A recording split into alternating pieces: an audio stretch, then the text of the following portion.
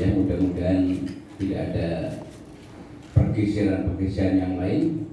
Namun tentunya kalau kita bicara tentang pembuatan undang-undang ini saya kurang sepakat kalau segala sesuatunya itu diukur bobot persentase. Karena spirit dan tujuan daripada undang-undang ini adalah untuk membuat satu regulasi aturan yang akan dijadikan dasar hukum untuk tata kelola pemerintahan dan negara. Baik buruknya daripada tata kelola pemerintahan dan negara ini juga akibat daripada baik buruknya daripada kualitas undang-undang. Itu prinsip dasar. Oleh karena itu, semenjak saya menjadi pimpinan pada beberapa tahun yang lalu, kami sudah menerapkan pola-pola agar prinsip pembahasan itu lebih mengedepankan terhadap masalah kualitas undang-undang, bukan kuantitas. Sehingga kalau ada ukuran bobot persentase itu kami kurang begitu sependapat, karena kualitas undang-undang itu harus lebih, karena dalam prinsip pembahasan undang-undang yang diatur dalam Undang-Undang 12 tahun 2013 yang Undang-Undang nomor 12 tahun 2011 tentang tata cara penyelesaian undang-undang itu adalah undang-undang itu ada pembuatan undang itu didasari pada satu, ada kekosongan hukum, dan kemudian tidak menimbulkan diskriminasi, membawa keadilan untuk masyarakat, dan yang ketiga adalah undang-undang itu dapat dilaksanakan. Nah, oleh karena itu kecamatan penelitian kita itu harus dilakukan ke arah sana. Kita juga belajar bahwa banyak sekali dari berbagai undang-undang yang menurut pandangan pemerintah dan DPR itu sudah dianggap kualitasnya bagus, tetapi karena memang ini hak politik daripada masyarakat, banyak juga yang dilakukan judicial review atau JR. Dan bahkan ada beberapa undang-undang yang juga telah di JR dan kemudian dibatalkan pasal-pasal tertentu oleh MK.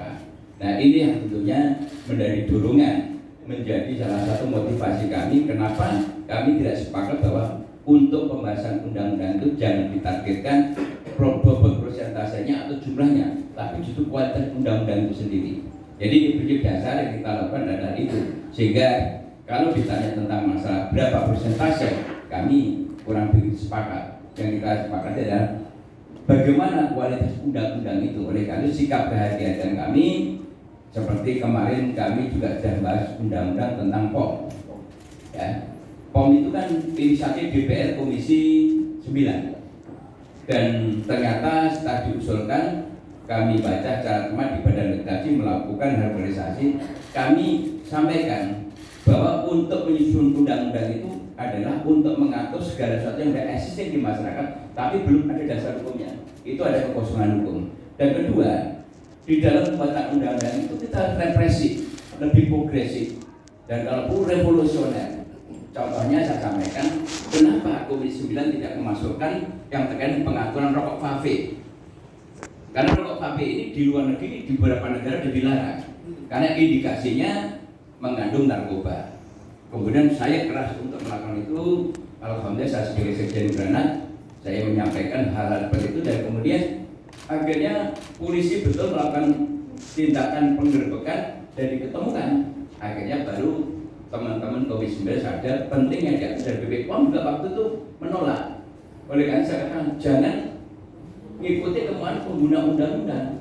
DPR punya kewenangan penuh untuk bikin regulasi selama itu untuk meningkatkan kesejahteraan masyarakat, untuk melindungi hak warga negara, harus kita buat.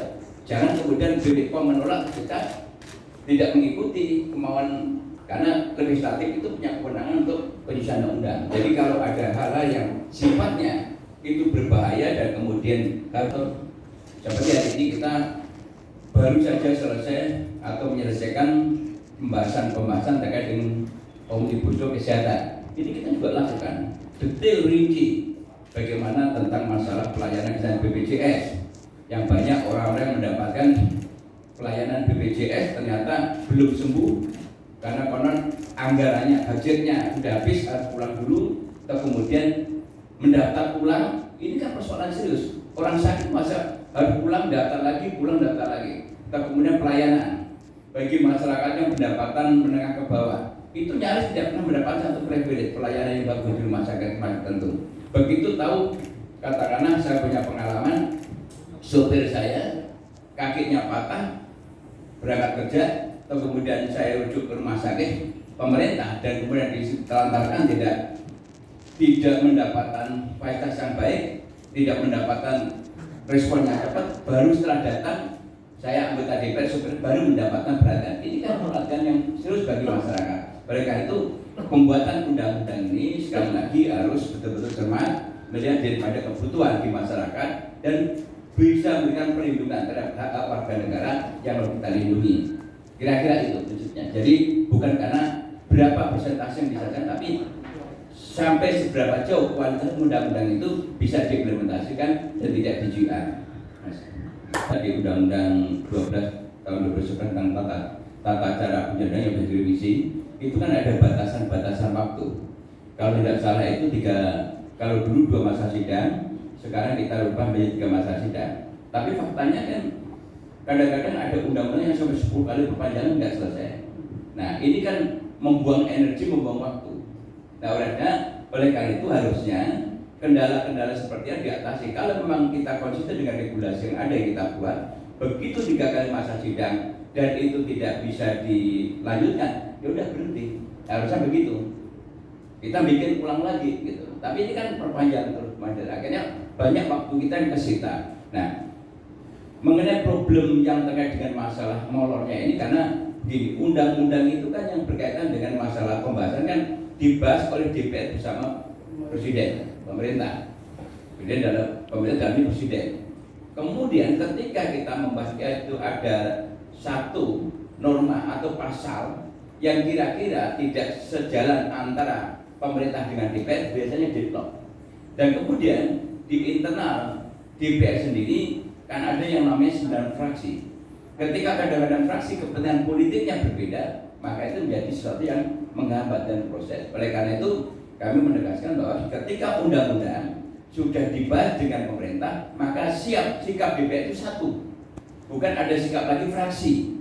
Sikapnya adalah sikap DPR dengan sikap pemerintah. Nah ini yang masih tidak dipahami oleh para anggota Dewan, terutama yang baru-baru, bahwa ketika kita sudah masuk pada tahap pembahasan, itu DIM itu hanya 2. Keputusan MK juga seperti itu.